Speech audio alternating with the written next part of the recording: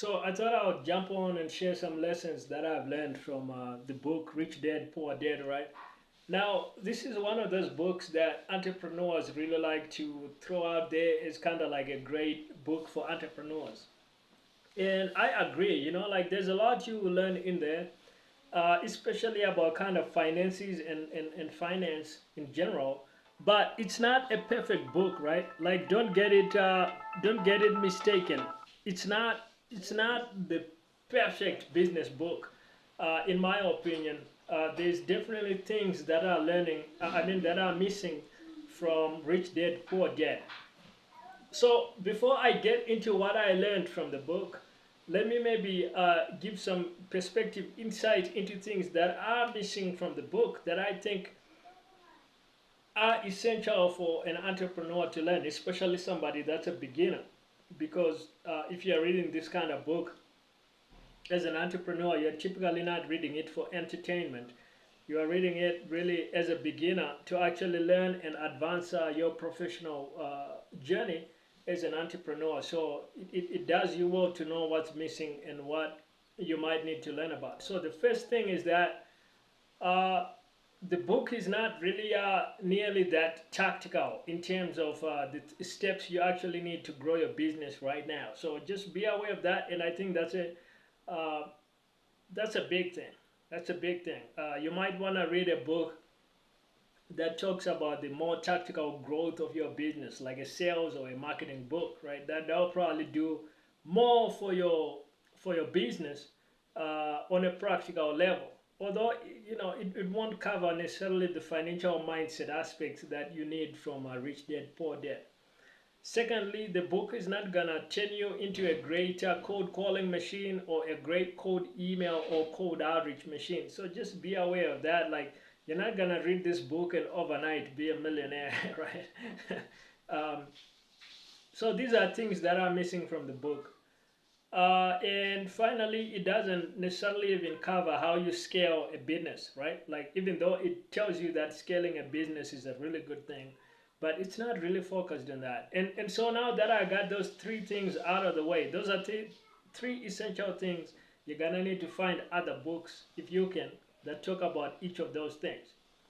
Uh, Now that I got those important fundamentals and some missing keys out of the way, here's where I think Rich Dad Poor Dad was really helpful and helped me understand certain things. So the first thing is it definitely taught me that I should not follow the default path.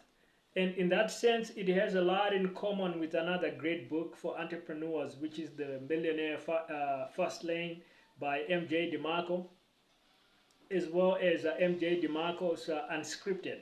So Robert Kiyosaki's Rich Dad Poor Dad and MJ DeMarco's books definitely have a lot in common in terms of teaching you to follow this kind of unscripted different path where you're not necessarily just relying on lifelong job security, because you understand there might not be security for you out there. Like in my case, I've been fired a whole bunch of times in professional positions and things, and so I really kind of gotten to see this, that okay, these guys are right. What do I have to do to achieve some financial success? What do I need to listen? Who do I need to listen to? What do I need to do? How do I need to kind of conduct things? What skills do I need to learn? So that's one, is you kind of don't rely on the default path, because it might not necessarily bring everything you're trying to look for. The second one is that the second big lesson is you gotta think like an entrepreneur. You gotta have an entrepreneurial mindset. What this means is that things are kind of on you. You kind of have to go out there in the market, figure out a product or a service that's missing that could help a group of people that you can spot in the market. Now, what you create doesn't have to be revolutionary or out of the ordinary.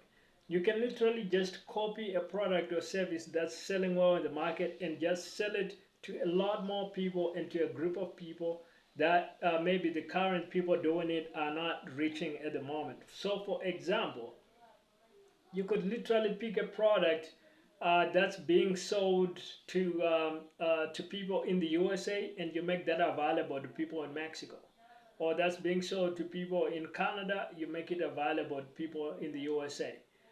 Or you could just create a different variation, right?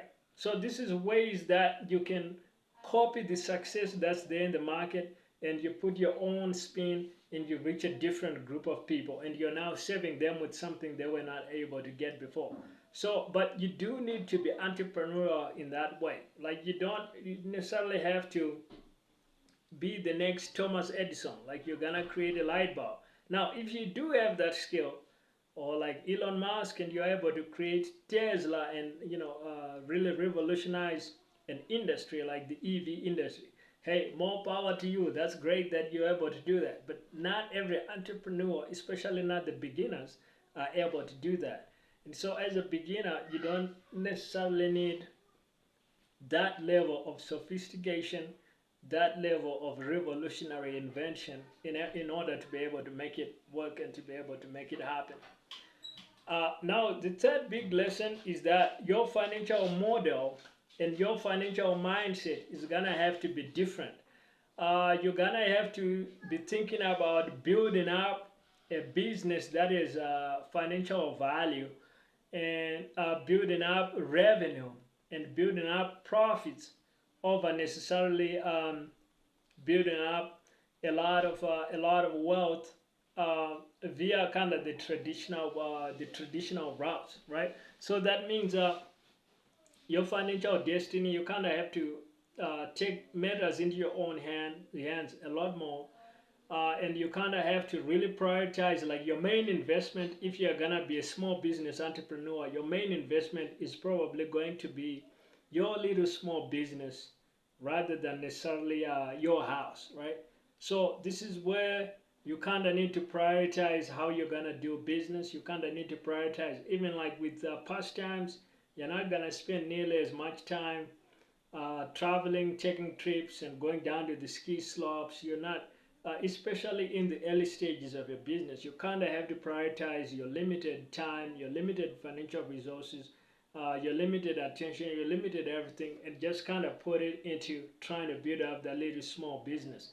And rather than being able to necessarily afford to have a great mortgage and have an amazing house to live in, you might want to be in much smaller property that doesn't cost you really anything, cost you next to nothing, and you kind of scrimp and save, and maybe you put those resources into doing a lot more sales, a lot more marketing of your business, and trying to grow that little small business.